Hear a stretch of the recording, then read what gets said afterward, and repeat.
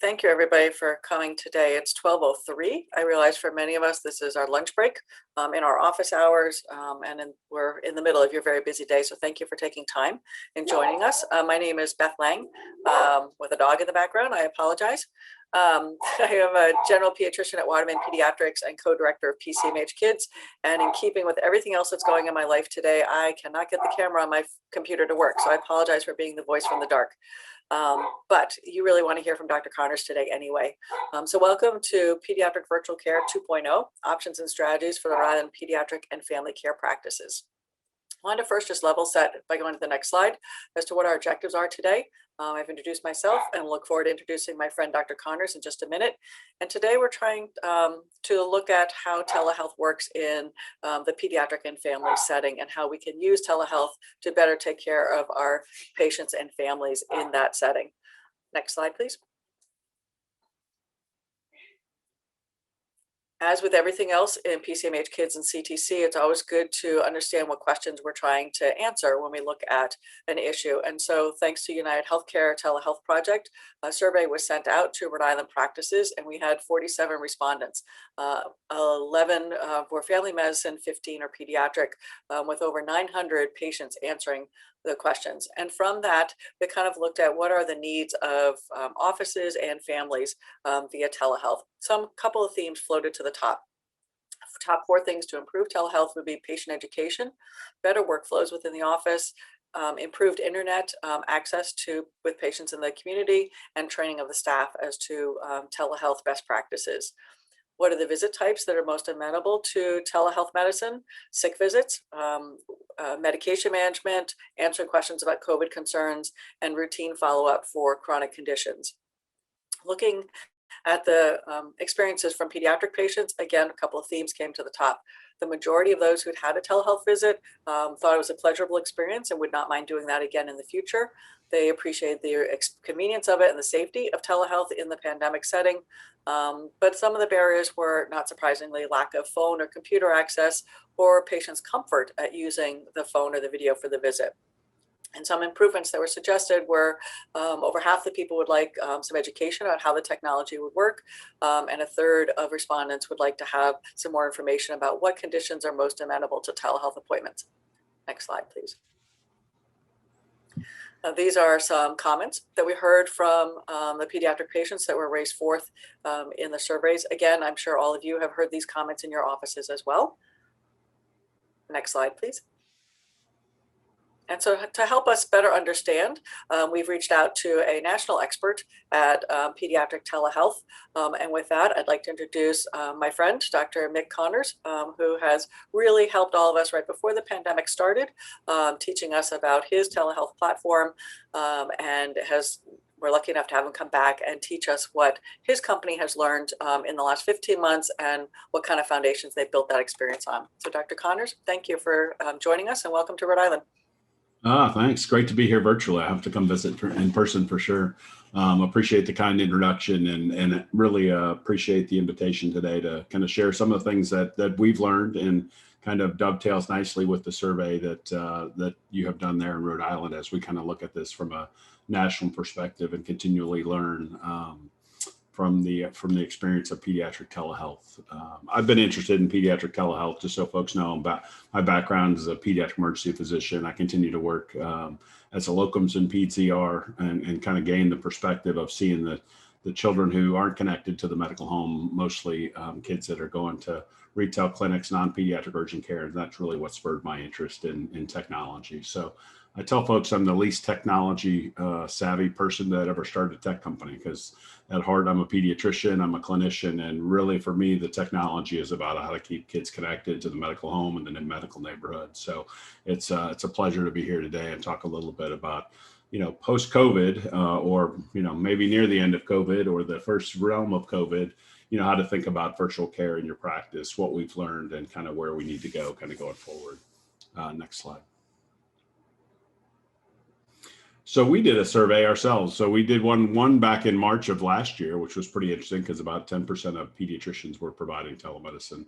And then this year we came back and looked at it again. We used an independent study to look at telemedicine from pediatricians across the country in any practice using any platform, just to kind of gain an understanding of where pediatricians were, and kind of where the mindset was. So, you get kind of all, everyone, and they talk about this in technology in general, kind of the early adopters, the late adopters, and what I call the no way in heck adopters, right? That never wanted to do telemedicine at all. So 80% of our respondents were physicians, 80%, over 800 survey responses. And, just like Beth just shared, you get a variety of comments, from the top is telemedicine's the future of medicines. Family love the convenience and access. Even post-pandemic, families will expect ongoing care via telemedicine. I hope we incorporate exam tools, improve the, care provided. To, the bottom of the scale, which is, I don't like telemedicine one little bit. It feels superficial. I'm glad I'm close to retirement. I've been practicing since 1976, and this is just a bridge too far. So pretty interesting that we continue, that I think we all have similar experiences with any technology, but we'll go on to the next slide. So interestingly, 92% of clinicians, however, believe patients will expect virtual care as part of their healthcare. So obviously COVID has really changed the look of telemedicine or virtual care, telehealth, whatever you want to call it. And especially even in the eyes of clinicians who really feel like the patients are going to continue to expect this. Next slide. So kind of the surprises that we found is patient demand. I mean, the physicians really know that patients want it, and say patient demand would make them use it more. It's kind of that interesting paradox, right? We know patients want it, but if they wanted it even more, we might stick with it or try it. So, I think we've always known, at least from the, if you look at long studies before COVID, that we as physicians are the barriers to virtual care adoption. It's not the patients. We all know that they want it. It's a question whether we can incorporate it in our practice and whether we'll do it. Payment hurdles are obviously an issue. Even while payments are coming, pediatricians still identify that their concerns about payment are of great concern and kind of holds them back. And then connectivity, I think, is pretty interesting too. So, one of the questions we have is, does trust play a role in perception of telehealth reliability and strong connectivity? So, a lot of issues about, the Wi-Fi or broadband, but at the end of the day, some of us, I think, are worried that, what is the connectivity, and our patients not using it because they don't have that strong connection already with the pediatrician or the pediatric medical home. So some interesting things that we'll cover a little bit more here. Next slide. So similar to the common themes that you had is kind of visit types. Actually, in our practice and in this survey, behavioral health was the number one. I was surprised that didn't pop up for your survey participants. About 55% of the visits on our platform are behavioral health. Sick visits have largely gone away in COVID, as we all know. And so, but I think there clearly is interest there now and kind of going forward. As a peds ER doc who got started with this with Dr. Martin Schmidt and telephone triage, my feeling is, my hope was that we could get less kids, to the emergency department and more kids to the medical home when it comes to sick visits and also in follow-ups. Common themes around adoption was connectivity, understanding the need and reimbursement or payment. And the top tech that folks used was, of course, the electronic health record, telemedicine, and the patient portal. So telemedicine's clearly jumped up into the top tech use in 2021, which is pretty interesting because it passed a few things along the way there. So pretty interesting as well. Next slide.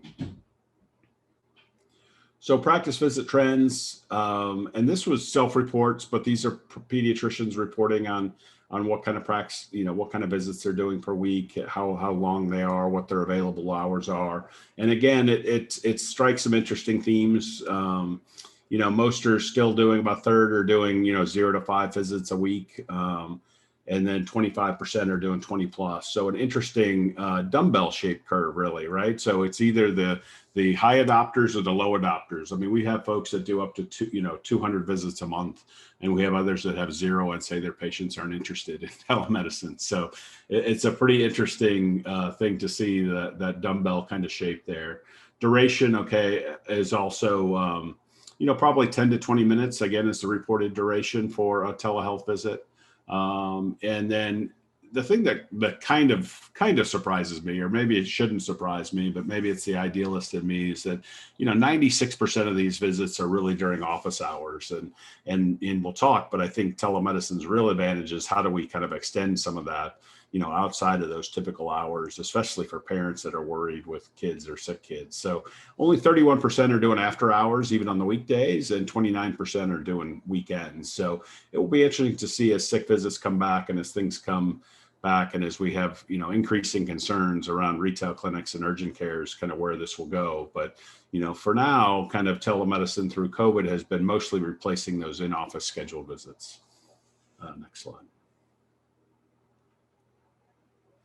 So then we asked, pediatric clinicians really what they need. So what they responded is that they would really like a virtual check-in process like the office, kind of mimicking that in-person visit. So it doesn't fall all on the physician to check the connection, check the camera. Dr. Lang has their blackout this morning and kind of what's going on there. As we know, technology is challenging, and it works 1 minute, doesn't work the next. Easy payment, option processing, integration's big. And really, it was interesting because, again, a large percentage of folks wanted more around their virtual care platform. So they want otoscopes and devices and those kind of things. Live interpreters and a Spanish version to serve more patients. Those were the top 5 things that clinicians identified that they really need in kind of virtual care going forward. So it's a nice blend of kind of streamlining process and workflow, but also I think we all know that probably what we learned the most in COVID is inequity is a challenge, right? So language barriers, difficulties with technology, all these things are things that we need to overcome so all kids have access. So not surprising here for us. Next slide. So let's go back, pre-COVID, if we can think about it. And before the pandemic, it really was pretty interesting because it's, I'm hoping we don't cycle back to where we were before, and maybe we've learned something kind of along the way in the last 15 months. But, the discussion then was patients weren't patients anymore. They were becoming customers. And they were being marketed to as, hey, let's get easy access. So let's go to retail-based clinics, urgent cares, ERs, and direct-to-consumer telemedicine was coming and had come to a certain extent, really kind of converting,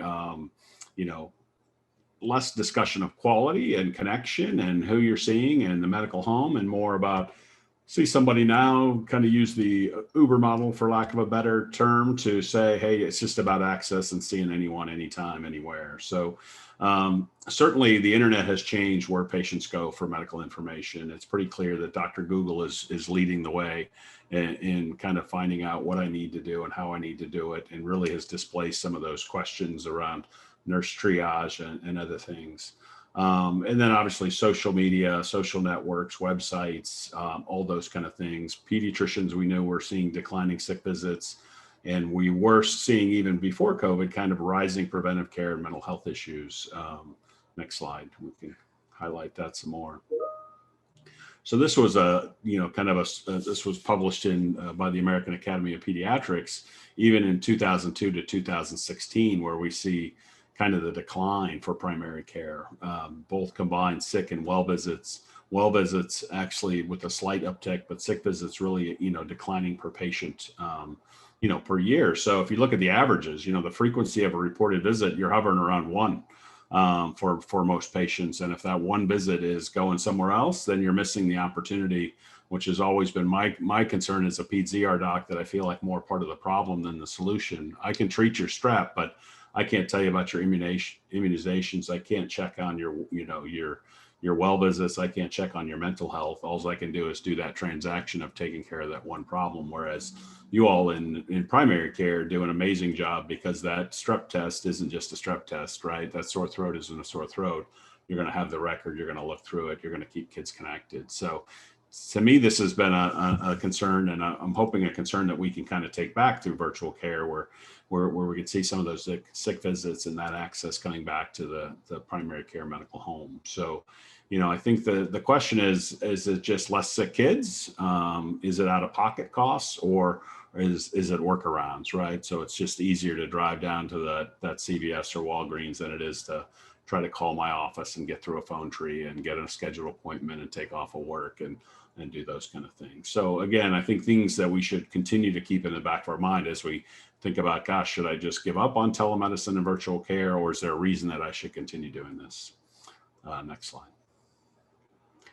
So I think, it's really, to me, it's always been and always will be about patient engagement. So what I tell pediatricians is you have the trump card, and it's the question that, whether you want to play it or not. And that trump card is your relationship with the patient, and that ability to reach out to them and interact with them and to kind of check in on them and do those kind of things. And I've always been the believer that if I've got two apps on my phone and one connects me to a random provider and the other one connects me to my pediatrician for my child, I think it's pretty easy which one I'm going to pick. Now, if you're going to make me call a phone tree or drive down the road or, wait or schedule, there's obviously going to be, something's going to change that. But I think one of the things that we've learned in COVID, especially when we were 100% virtual, is, wait a minute, how do patients know we're open? How do they know we're here? How do they know that we care? And thinking about it from that patient engagement standpoint is really important.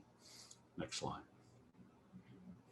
So I think this really brought about the idea of external communication as well. So when we started Anytime Pediatrics, we really were developing in-office brochures and posters and things that you could stick in the waiting room or the exam room and those kind of things. But gosh, when you think about virtual care, you have to think about your kind of what we call now the virtual front door, which I think we'll continue to build is how do you get your patient to your front door? And your front door may not be your actual front door with a lock and a key in it. It may be your website. Hey, we have virtual visits. Hey, how do we get into the virtual visit? How do we, download the app or go on the web?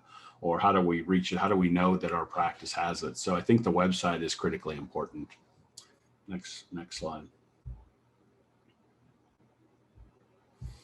And then, social media. I don't know how you all feel about social media. I absolutely hate it. But when it comes to patient engagement, it's a critical piece, right? It's where your patients are hanging out. When we started our platform, we were losing many visits to patients that had left the waiting room and were on Facebook, and we didn't have a way to get them back into from their Facebook and their social media. So external communication in your social media for your practice is really important.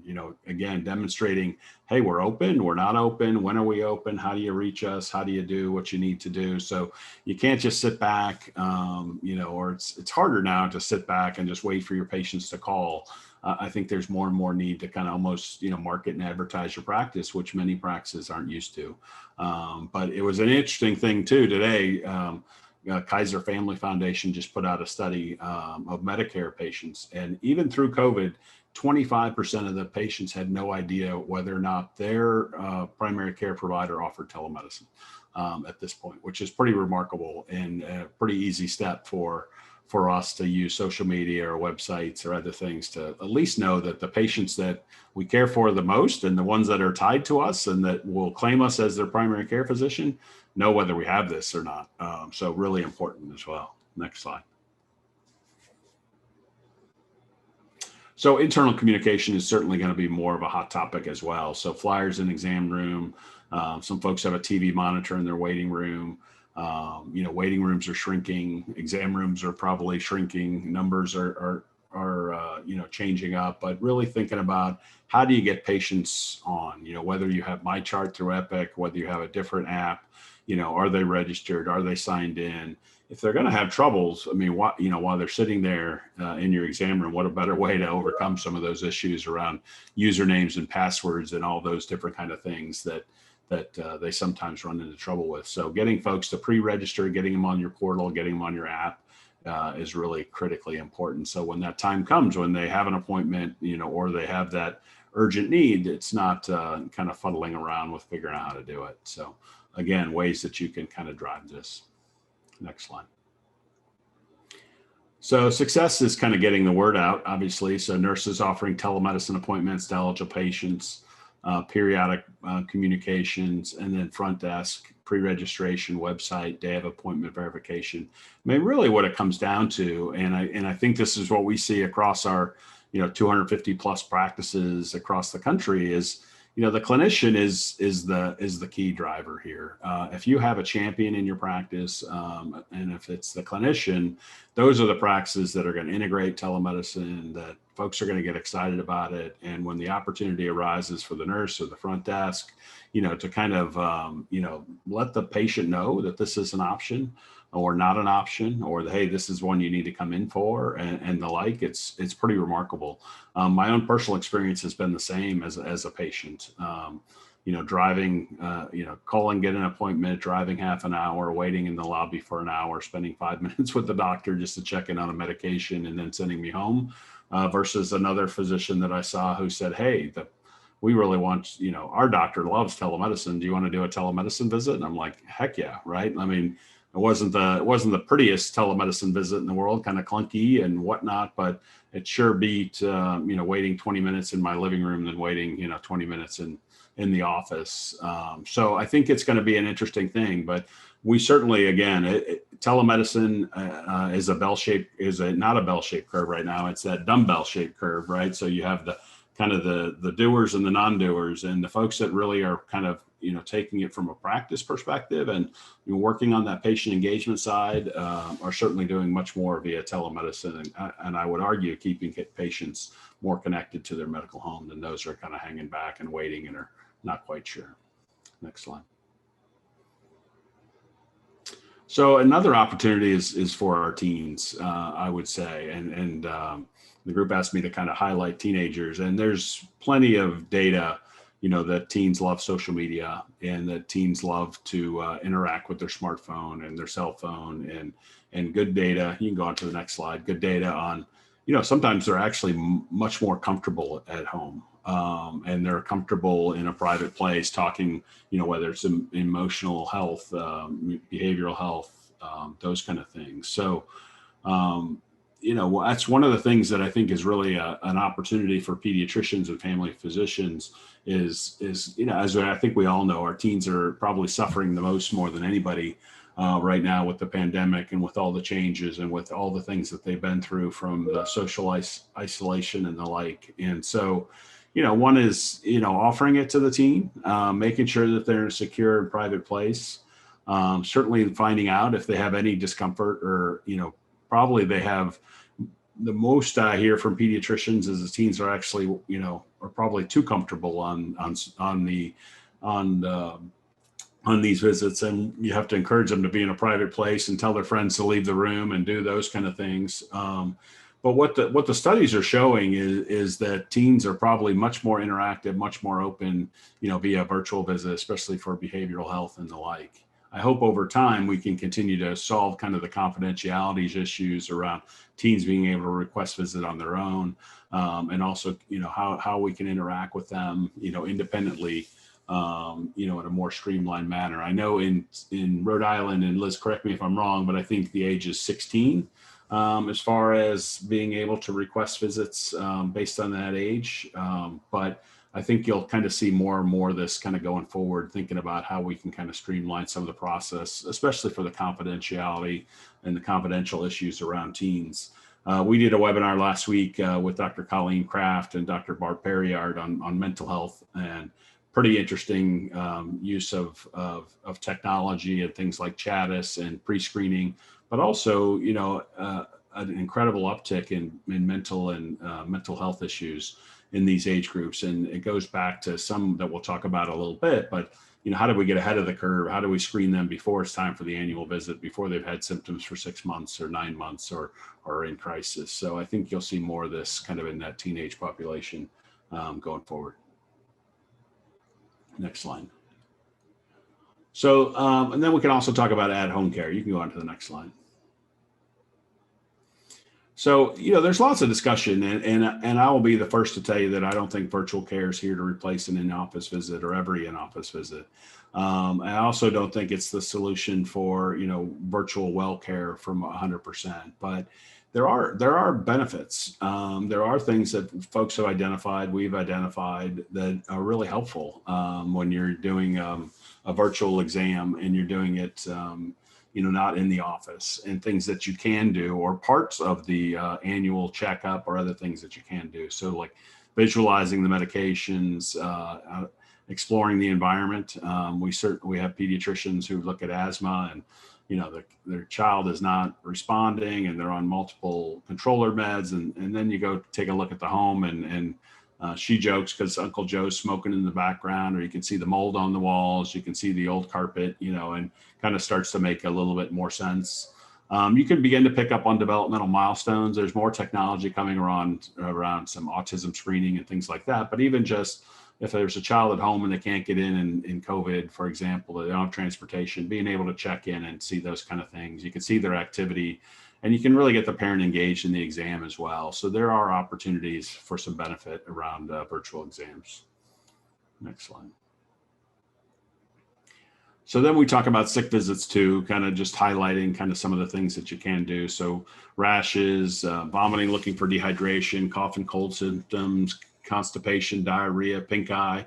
I think the most remarkable thing about sick visits pre-COVID is there was a lot of consternation, a lot of discussion about, hey, I'm willing to see pink eye via telemedicine, but I won't see this, or I'll see this, or I won't see that. And I think one of the things that's probably changed most dramatically around sick visits is that we all are beginning to recognize that the video adds a lot, whatever the complaint is or concern is. So we've all been doing telephone triage for 25 years, and it's pretty interesting that we don't limit what comes up to us, via a telephone. We answer questions all the time, but when it came to telemedicine before COVID, it was like, gosh, I don't want to see this, right? Maybe I can see that. I think things have changed quite a bit. Whereas if there's certainly things that are really amenable to, like a rash, that are very amenable to virtual care that doesn't need a full physical exam. There's certainly an opportunity to try to see how that child is breathing, if that's bronchiolitis or if it's just simple URI symptoms, different things like that. So I think we'll see a little more of that, either whether it's care via virtual care or whether it's triage. I think both are really added benefits to families that are worried about their kids. As we know, at the end of the day, 80% of after-hour calls for sick visits are parents about their kids, and 80% of those calls in a good nurse triage can be handled by the nurse. So I think there's more opportunity there, even more when they have an ability to see pictures and see video and see the child. So I think there's more to come from that standpoint. Next slide. So again, physical exam, what are we able to do? What can we do now? What do we see in the future? I think there's going to be more virtual exam tools. They're going to come down in price, whether it's an otoscope, a stethoscope, a tongue blade like this, which is pretty interesting. Different ways that you can pick up on different exam tips. I think the most important thing for me is, again, not trying to replicate, hospital care at home or in-office care at home. I think it's really that access to a trusted provider. I mean, I would argue this before COVID. I'll argue it again. I would rather talk to my pediatrician with my kid over the phone than or over video via telemedicine than someone that's untrained in pediatrics or family medicine seeing my child that's working in a retail clinic or urgent care, at least based on my anecdotal experience in the ER when I see the care that they're delivered. So just because you have all the tools doesn't mean you have the training and expertise that you need. So I think we'll see more of those opportunities and maybe an ability for someone that really wants a visit, rather than kind of subjecting them to the old phone tree, as I say. Is there a way we can get those kiddos into a nurse or into a pediatric clinician so that they don't bypass us and kind of go elsewhere? Virtual walk-ins are what we call them on our platform.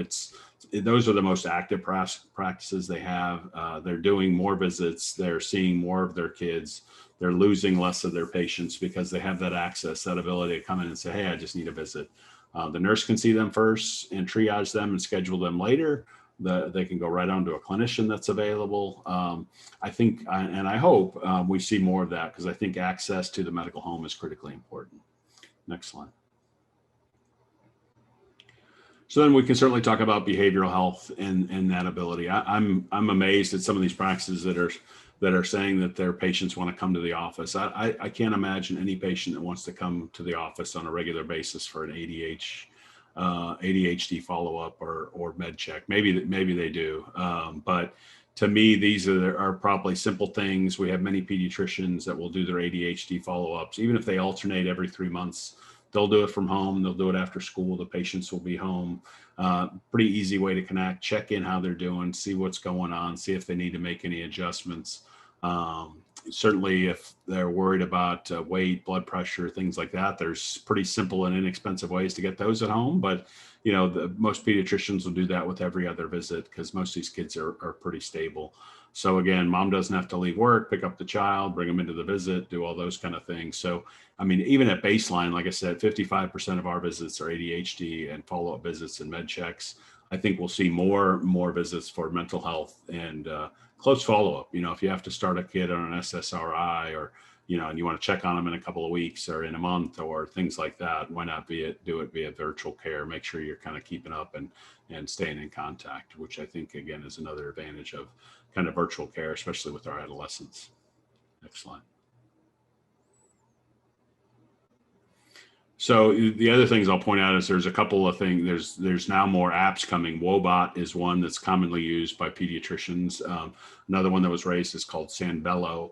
And these are pretty interesting because these are cognitive behavioral therapy that are just kind of done by, for lack of a better word, the bot, right? So it's just creating that interaction with the patient. Are there red flags? Are there things that are going on? I would love to see these things develop where they really can create some red flags and ability to stay integrated into the medical home. You could get, it's really, as we learn more about remote patient monitoring and use cases, it's getting ahead of the game, right? So not waiting for that teen to call after 6 months of challenges or issues or in crisis. It's getting ahead and saying, hey, how you doing? How are things going? Can we follow up with our screening questionnaires? Do we need a virtual check-in? I see kids on the other end of the spectrum that are in crisis, that are in the ER, that have nowhere else to turn. I'm just hoping that we can use kind of virtual care to kind of move things up, upstream, so to speak, and get them connected sooner rather than waiting till later. Artificial intelligence is one of those things that's here. It's coming. It's going to be used artificially, but it needs to be connected to real intelligence as well in relationships. So we have to be careful not to just turn everything over to the robot or the wobot or those kind of things. But this kind of information needs to be funneled back, to the primary care clinician. Next slide. So chronic care, I think, is another key aspect of what you'll see coming from a virtual care perspective. One is medication questions, but the other is really the complex conditions. So we're working with a palliative care physician in Fort Worth, and he has 200 kids all across the state of Texas that are, on vents and G tubes and has lots of issues. And it's really an impossible situation once they call the ambulance and once they're headed to the ER. When I see them, they're going to be in the PICU as quickly as they can. And really what we find is if we can monitor them at home, see them at home, reassure them, get ahead of the issue, there's certainly opportunities across asthma, obesity, nutrition, and real complex patients that we can keep most of these kids at home and try to, again, get upstream from, where we're at by having more connections virtually than having to bring them into the office or the like. So I think you'll see more and more of this coming, especially for primary care. And again, it's whether it's around complex conditions, chronic conditions, but there's lots of opportunity. I think there was even a recent study from a group we talked with that has an asthma intervention where they were identifying kids, before the kids even knew their asthma was kind of flaring up, which would be the really nice thing, is if we can use technology in that way. All right, next slide. So I'll just mention, I mentioned some of these things, but if you're not familiar with remote patient monitoring, it's really getting out front. And for most of us, for me included, when I first heard of this, I'm like, oh my gosh, all I can see is, kind of in the ER where we have monitoring fatigue, where it's, the monitors are beeping all day long. And I can imagine a primary care pediatrician sitting in their office and their Apple Watch exploding with, alerts from their patients that their heart rate did this or their weight did this and things like that. So as you dive into it more, learn more about remote patient monitoring, you'll find that it's not that at all. It's really it's almost like helping your your care managers stay in frequent contact with patients, where things and data are automatically uploaded or downloaded, and you'll have a dashboard. And if something falls out of a realm that you don't like, you set it and say, hey, I want to know when this patient's ASQ score hits whatever, or I want to know when my asthma inspirometer patient, falls down a little bit. I want to be able to, get a highlight, or be able to go into the dashboard and see, hey, this patient looks like they might have an issue. Do I need to follow up? Or does it automatically send them a message and say, hey, are you doing okay? Do you need an appointment? Do you need telemedicine? Or, maybe you need to start your controller med, or are you taking it? So all kinds of different things that you can think about it. And again, it's not in a way that it's going to be like this overwhelming, pings and data and things like that. Really, it's really more of what I would call chronic care management. It's really kind of a daily dashboard and ways to automate, touches with your patients and kind of drive continuity of care.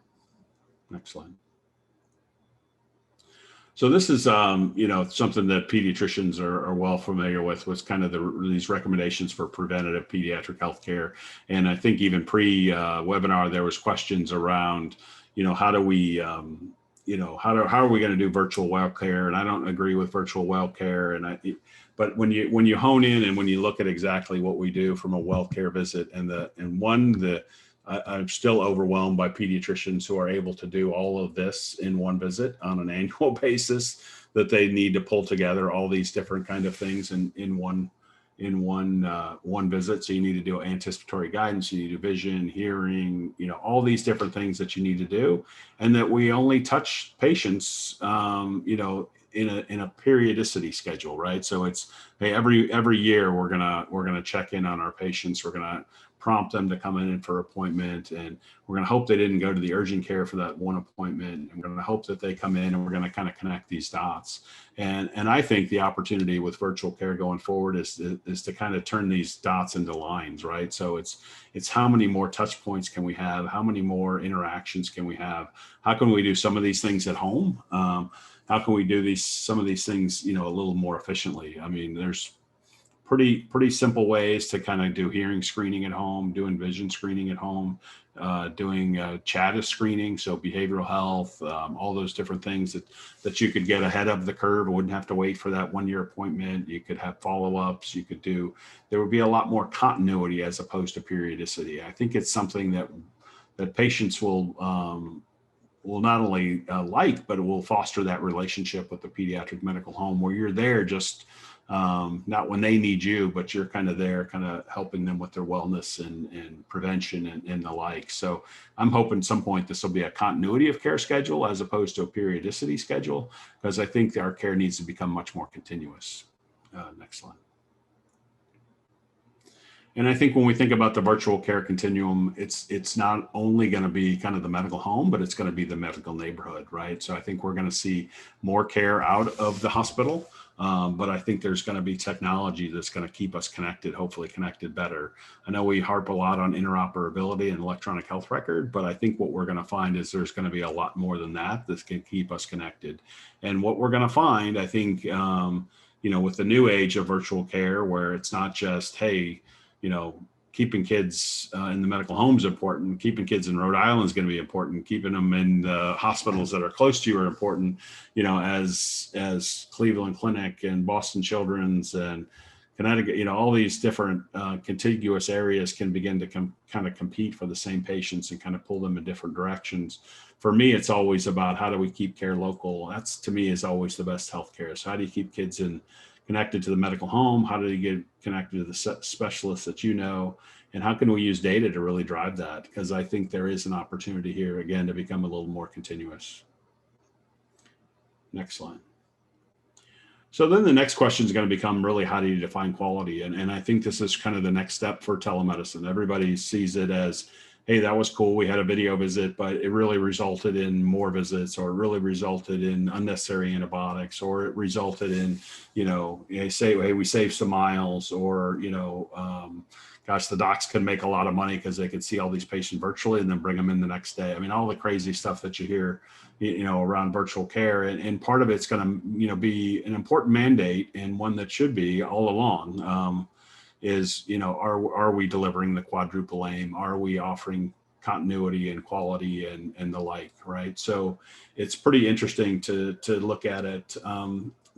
Before I did telemedicine, I was very involved in pediatric sedation and really got interested in the Institute of Medicine, aims of quality of care, safe, effective, efficient, equitable, timely, and patient-centered. Because from a sedation world, we can always get the procedure done in pediatrics. I was trained on the papoose board where we held kids down and, stitched them up as quick as we can. But I'm not sure that was always, even though we got the outcome we wanted, I'm not sure that really was the outcome that we wanted, right? So, and I think the same is going to be true as we move forward with telehealth.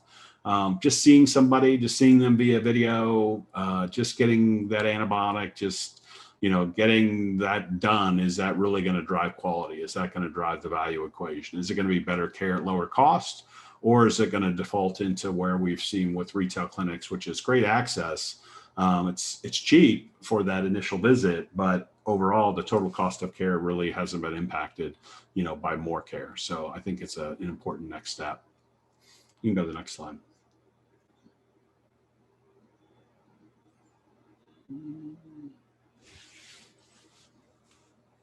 So, and again, I think this is, as we begin to move this forward, I think it's really important for primary care to be actively involved in telehealth quality and the discussion around telehealth quality.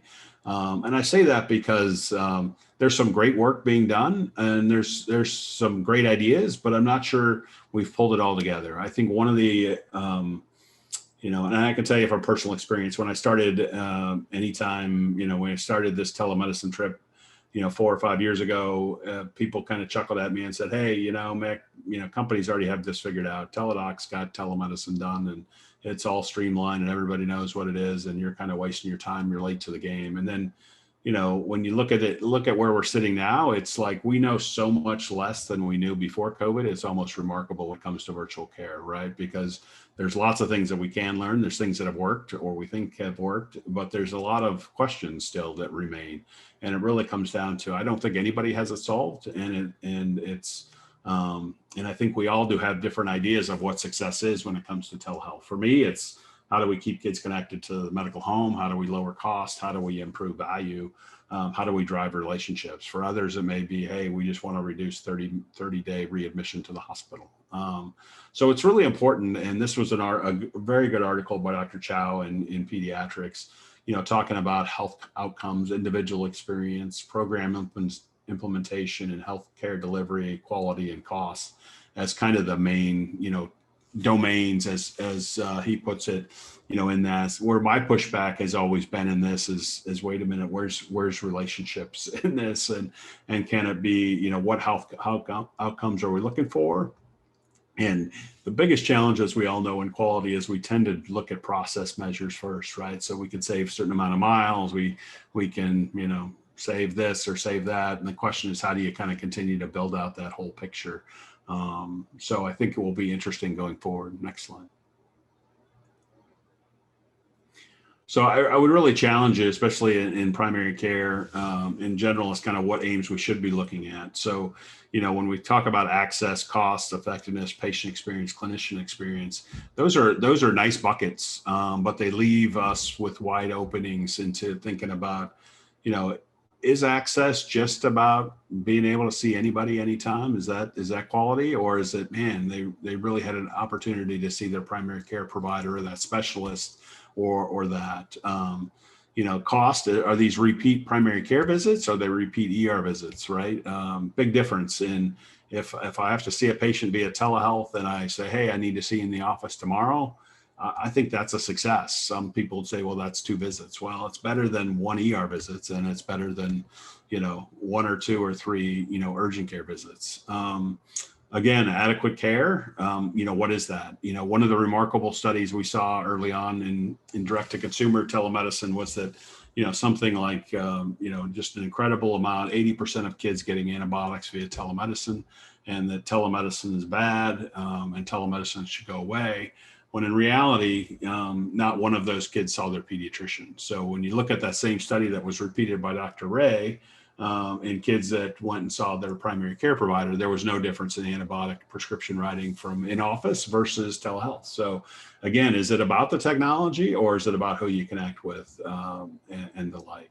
So patient experience is an interesting one. I can tell you, as someone who's naive to the technology, the challenges for patients in technology is pretty interesting. Most like to wait via technology. They don't like to wait in the office. They want to have access. They want to be able to reach into your office. They don't want to wait to be invited into your office. And they have different abilities around technology, different patients around technology, different ways to get in. And I'm not sure the patients are convinced that they really are super worried about HIPAA compliance and those kind of things. I think they would give that up if they could get in easily.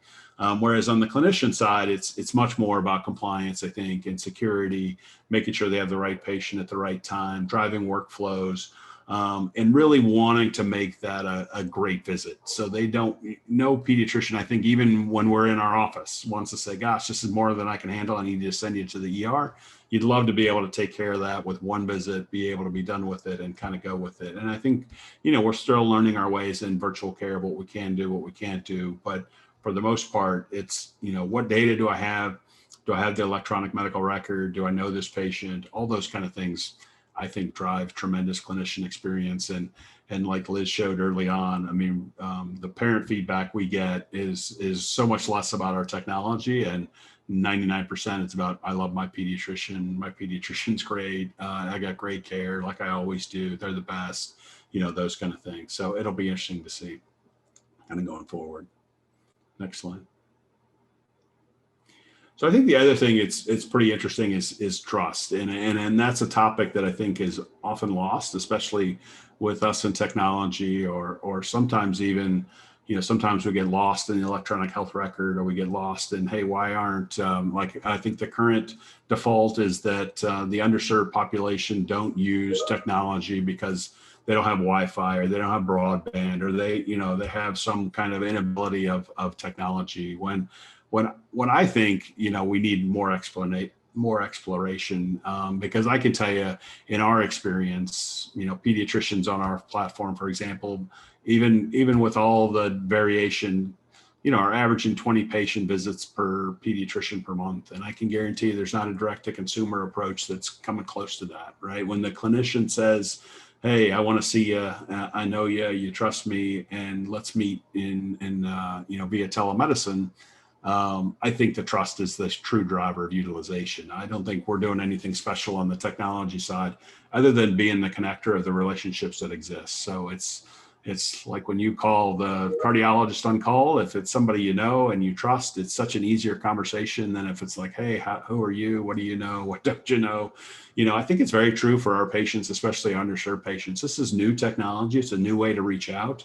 But I think, what we'll find is, and, as the studies come out, is, there are some disparities, but many of the disparities typically are more with patients that don't have access to a trusted relationship, or more reluctant because they're not sure who they're going to see. And I can guarantee you, in pediatrics, the studies, even before COVID, showed that parents, for their kids, they might see a random provider for their practice, but for themselves, but for their patients, they want to see their pediatrician and someone they trust. Next slide. So I think when we look at this in the end, it's really about determining where we want success to lie and where it will lie. I think for success around virtual care for the pediatric medical home, or for primary care, it's really about access, right? Not just access to anybody, but access to you. It's about, how do we promote that continuity? How do we keep those kids from going to all the other places they go to seek care, because the parents aren't familiar with what's out there. They think that care is care until they get there.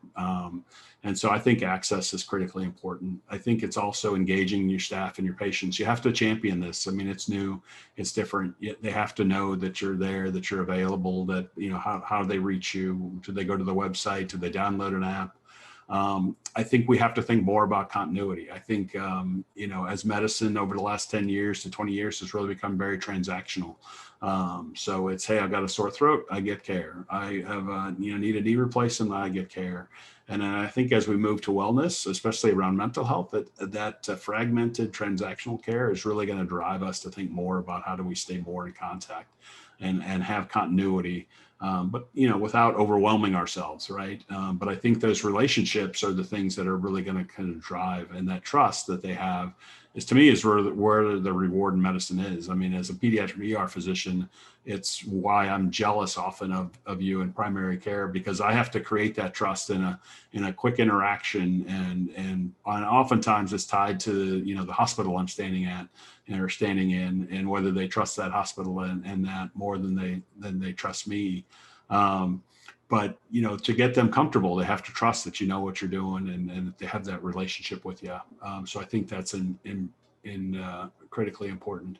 And then think about quality. I mean, I think, again, if we think about plan, do, study, act, if we think about innovation, this is not flip a switch. Oh, we now have telehealth. This is, hey, we started here. Now we want to move here. Now we want to move here. So it's continually innovating, even within your own practice, your own mindset, to say, okay, how do I go a little bit farther with this? Or, hey, this didn't work. How do I pivot over here? So, I think one of the challenges always for change is, gosh, when change works, it's great and we keep changing. But if there's a blip in the change, we tend to give up pretty easily. So I think when it comes to virtual care, it's coming. There's nothing that's slowing this down, for all the competition and all the different ways that folks kind of want to fix healthcare by workarounds and fragmenting care and making it transactional. I think for us in primary care and pediatrics and family medicine, it's going to be, how do you continually innovate, move forward? And to me, the biggest, and I guess this is why I tend to be on the entrepreneurial side, my biggest fear is not trying, it's not failing, right? If we just fear failure, then we won't kind of get out of the gate. But my biggest fear is that we won't continually try to innovate. And I think that's where primary care is at right now, because I think this is either a threat of virtual care, or it's a gigantic opportunity for us to kind of get kids back connected to where they need to, which is the medical home, the medical neighborhood, and local trusted care. So I think that's the last line.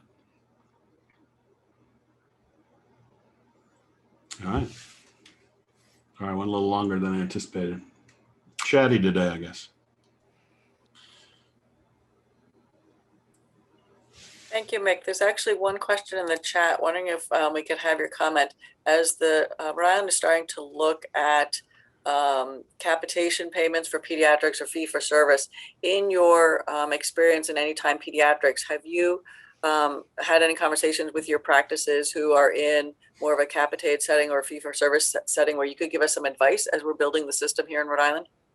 Yeah, I mean, I think capitation, I don't know. I don't want to say it's a good word, but I think from a telehealth perspective, when you're talking about value, it's really more about what's the patient need than, hey, I have to bring them into the office or supply a service in order to do this. So for folks like me who think more along continuity of care and continual care and prevention and wellness, which is where more and more pediatricians lie, a lot of this could be handled by a nurse, right? Could be handled by a good care coordinator. It could be handled via phone. Not everything needs an in-office visit. And I think if we go down the path of at least thinking about capitation as kind of a value-based approach, and in this way, I can deliver care with what the patient needs, as opposed to, hey, I have to do this in order to get billed, or I have to, fill this code. I think you start to look at the Kaisers of the world, where 50% of the visits are virtual. Even pre-COVID, 50% of the care that they delivered was virtual, and the patient really, some of that was phone only, some of that's, video, different things like that. But as you start to think about, how do I keep kids out of the ER? How do I keep kids, healthier? How do I, avoid readmission? How do I, have more touch points? Technology is going to give you that opportunity to succeed, in order to do that. So I think that's one thing that I say. I had an interesting conversation from two groups yesterday that I was on, and one was in Southern California, it's 100% capitated, and another group was in New York, which was 100% fee for service. So it was a pretty interesting exchange. And clearly the non-fee for, or the fee for service side is anxious.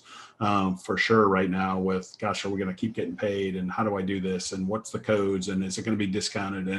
And the capitated side is like, hey, we virtual care is everything for us. We have to stay connected with our patients. We can't let them leak anywhere. We don't want them to be, we don't need heads and beds on the hospital side. We don't need ER volumes, right? We want to prevent all those things. So I would come at it open-mindedly. I think the biggest, as you probably know, Liz and others on here, the challenge with value and capitation is risk, right? So, my fear of capitation is it's the healthy patients that get capitated and the complex kids that get kind of lost in the shuffle because they're the high risk, high payment kind of thing. So we just have to balance that risk adjustment, which is easier said than done. But from a virtual care standpoint, capitation, value-based payment is where telehealth and virtual care, really shines, and where you need to, be 2 feet in, maybe, dive in head first, because it's how you're going to be able to stay connected to your patient and keep them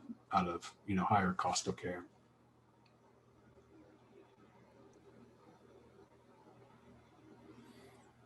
We get any other questions? Yeah, I think there were some questions that came in beforehand ahead of time. And I think the one that was most interesting was talking about virtual well care. And again, I think there's opportunity to kind of get ahead of the curve with some of that. But I think we all know kids need to get into the office, and they need a good physical exam annually, and they need, we need to lay hands on folks and things like that. So I think about it less as an all or none. I think more of it as what can we do outside the office, and what do we need to bring them in for? So I think that's where the kind of the future will land. But I think we all know too, there's a lot of kids that aren't getting their annual physical exam, much less, any kind of screening. So, can't let perfect be the enemy of, pretty good or better. Dr. Connors, thank you so much. And Dr. Lang, thank you so much. On the next couple slides, and you'll notice some additional resources from the Northeast Telehealth Resource Center. We encourage you to check that out. And then also in the chat, there's an evaluation for this webinar. We'd love it to get your feedback. We also have another webinar coming up focused on adults on June 29th. There's a link there. We will be sending out the recording and the slides from this webinar. So we really appreciate all of your attendance, and it was really some great information. And we thank United Healthcare for the funding of this telehealth project. And certainly if there's any other questions, you can feel free to forward them along. And I think on the last slide here, Dr. Connors' contact information, he's been kind enough to provide that. Should there be any other questions, feel free to reach out. So thank you, everybody. Yeah, thanks for the invitation, and feel free to reach out if you have any questions. That's excellent. Thanks so much. Have a great afternoon, everybody. All right, thank you all.